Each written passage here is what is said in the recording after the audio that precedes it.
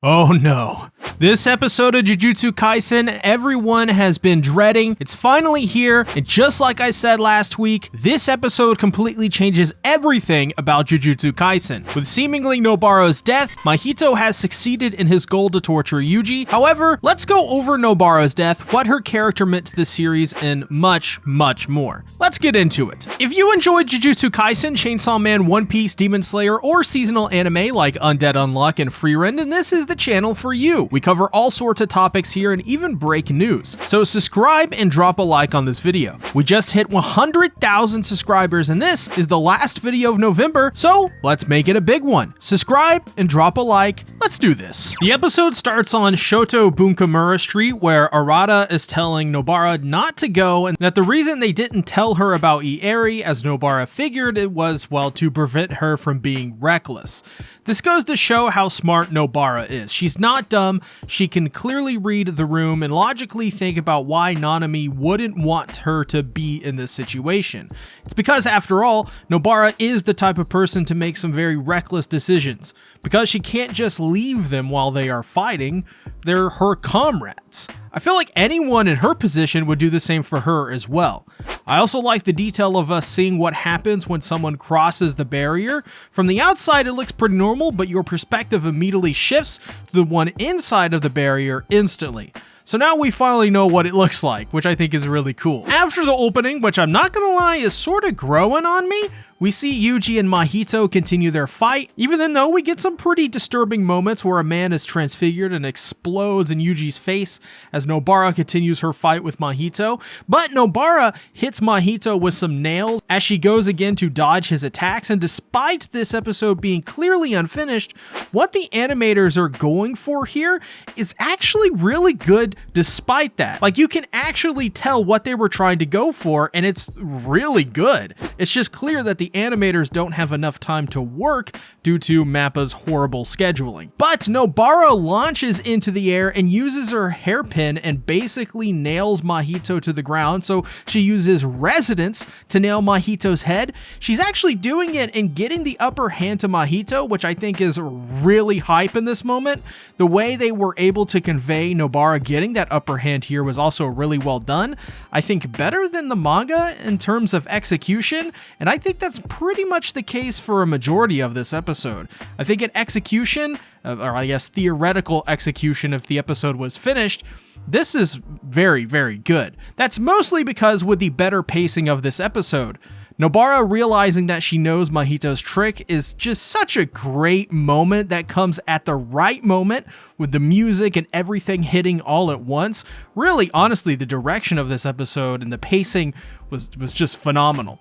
Even better is during this, we see that Yuji and Nobara together as a team really just cannot be beat, which is something that obviously harkens to season 1. Even Mahito was struggling against these two when they team up. And honestly, I loved everything about this because Yuji and Nobara to me are sort of like a package deal. Yeah, there is Megumi in that group too, but let's be real here. Yuji and Nobara, that's the best tag team of this trio. So eventually Mahito just starts to run away from Nobara like a goofball, which pisses Nobara off, once again showing her tenacity and how much she frankly probably just does not care because she's uber confident in her ability and doesn't hesitate in the slightest. This is when we get the official JJK Cross Minions crossover, the one we always wanted, of course, because Yuji immediately kills one of the minions. Which, let's be real, we all want to kill the minions, do we not? Yuji realizes here that Mahito wants to fuse their bodies back together, but something else catches his eye. Nobara. And don't worry, I know how you reacted because this is how we all reacted. But I want to remind you all that before we get into this part of the episode, if you could, drop a like, subscribe, and put in the comments what you thought about Nobara's death and what the character meant to you. I would love to hear your thoughts and opinions, and obviously help support the channel more by subscribing and dropping a like on the video. Mahito touches Nobara's face, and as Yuji screams for her to run, and in this moment, man,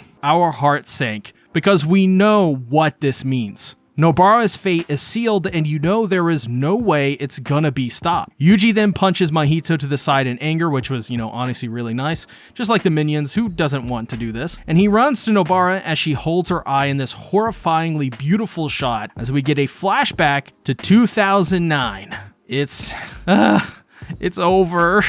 God, why? She's so cool. Our flashback focuses on Nobara's childhood, where she would play Smash Bros, and that she always felt like everyone in her village was kind of mad because she felt that she was the only really normal one to be there. This is actually something I can relate to with Nobara as well. I think this is a very realistic and natural thing for someone who grew up in a remote village to go through and think. This is when we focus in on the little girl Nobara was playing Smash Bros with, as she explains her school life, where she went to a school of only 19 people along with Nobara and loved the blue book bag that everyone hated, that Nobara was teased for. This is where Fumi is introduced to Nobara and, well, her book bag, as she is the one who wants to swap with Fumi for hers. She also stands up for Fumi and drop kicks the bullies and is even rebellious to the teachers in authority and even kicking her book bag. This was just kind of really funny because it's straight up how Nobara would totally act. Nobara, though, clearly was the strange one of everyone else, I think, and I think she used that as a way to sort of cope with her reality that she was just different. And yeah, I don't know. I'm not really a psychologist here, but pretty interesting stuff. One day, Nobara tells Fumi of a secret base they found, and so as kids, they, well, do what kids do. They go out to explore this secret base. And the secret base was in reality just, someone else's house, the owner of which, Sayori, invites them in for tea and treats, which of course impresses them both.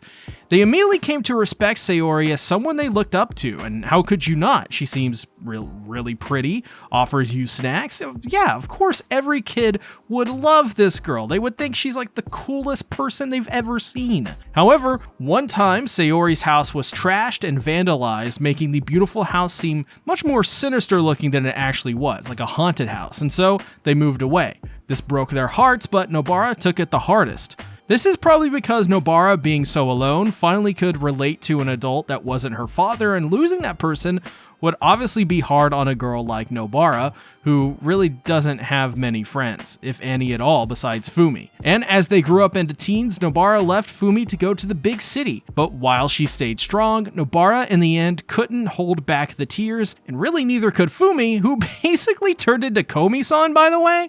Like, was anyone thinking this? Like, this was definitely Komi, right? Her name is Fumi, but absolutely Komi. This must be like the prequel to Komi-san Can't Communicate. By the way, imagine that if those two anime were set in the same universe. Wild, let me tell you. This is when we change perspectives to Sayori, who is staying overtime, working while everyone else in the office has left. I bet this felt like a gut punch to work on this scene in a way, but she begins to kind of recall the little girls she met before she left town and how she used to spoil them and give them even black tea, which in Japan, you don't usually give that to kids.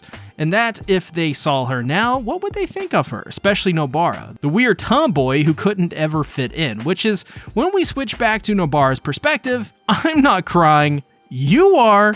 Okay, maybe we both are. Before her is chairs, and she realized that those people in her hometown weren't weird, but normal. Also, pay attention to the fact that when a character dies, it's always a white background with either chairs or the people that they met before, or the people that killed them moments before. So I just thought that it was interesting, keep that in mind. But, and in a way, she comes to accept herself and all of her weirdness that she had for not being able to fit in, but realizing that at the end of the day, she always appreciated Fumi for being there and being her friend. Then in her final moments, in her final words, she tells Yuji, "Itadori, tell everyone this for me, I've had a pretty good life." As her eye transfigures, and before himself, Nobara's eye explodes and she falls to the ground, all the while Yuji only being able to mutter is her family name in shock, disbelief, and probably horror. He's experienced something traumatic again, and this time it was personal. As far as death, or really, I mean, who knows? We never truly get to see her eye explode. Even in the manga, it doesn't seem conclusive. A lot of people still feel that she is alive to this day, which, that's sort of how weird this death felt in a way, and how sudden it came. At first, I thought Akutami maybe wanted her death to be like this because he didn't want to take a character that everyone loves because of her visual design and have the last image of her being, her head half exploded.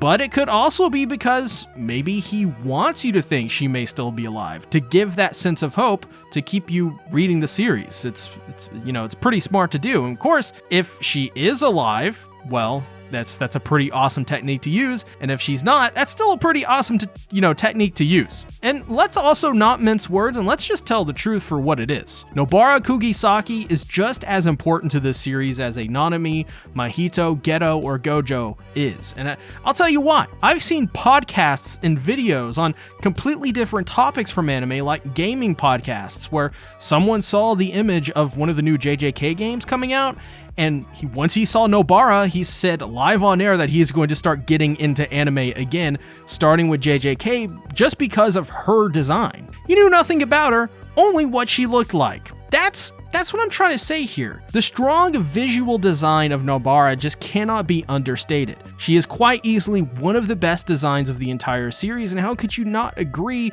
or at least, understand that? She's a badass. She takes no nonsense. She's the kind of gal that uses magic nails and hammers to fight her opponents. That's cool. In my opinion, Nobara could literally be completely mute in this series, and you'd still see people love her to death, and even in death, Nobara to this very day is still talked about and adored, and her death happened for the manga readers back when season 1 was just first airing. So this is a virtual toast to Nobara Kugisaki. I'll have a video out in the future on her character, not only because she is a gateway character and I feel like we should show her some respect, but she got a lot of people into JJK and anime, and also because she's truly one of the GOATs of this series. So what did you guys think about Nobara's death? Did you love it? Did you hate it? Do you even think she's dead? Let us know what you're thinking in the comments below. Real quick, I want to thank you all for 2 incredible things that have been happening to me right now. The first is that the overwhelming support for Jujutsu Kaisen content has been crazy, so if you're new to the channel, check out my other content on Jujutsu Kaisen, but just know that we're coming out with a lot of stuff in December. We're going to try out some new content for Undead Unluck and Frieren, but as well, a video on Mahito. So if you aren't subscribed, then, well, that's something to look forward to, I guess. As well, we reached 100,000 subscribers. I will have a proper video in December or very early January just for that milestone, but wow, I mean, I've been making videos for 13 years on this channel pretty much daily. This channel has been around for 4,500 days, give or take, and I've made over 10,000 videos in my lifetime by this point. So I want to thank all of you for your support and subscriptions. You guys are the reason I am here today, and I won't forget that. So thank you all, I love you, and I appreciate you. Financially support the channel to gain access to my mega One Piece arc reviews and first impressions. Thanks for watching, bye-bye.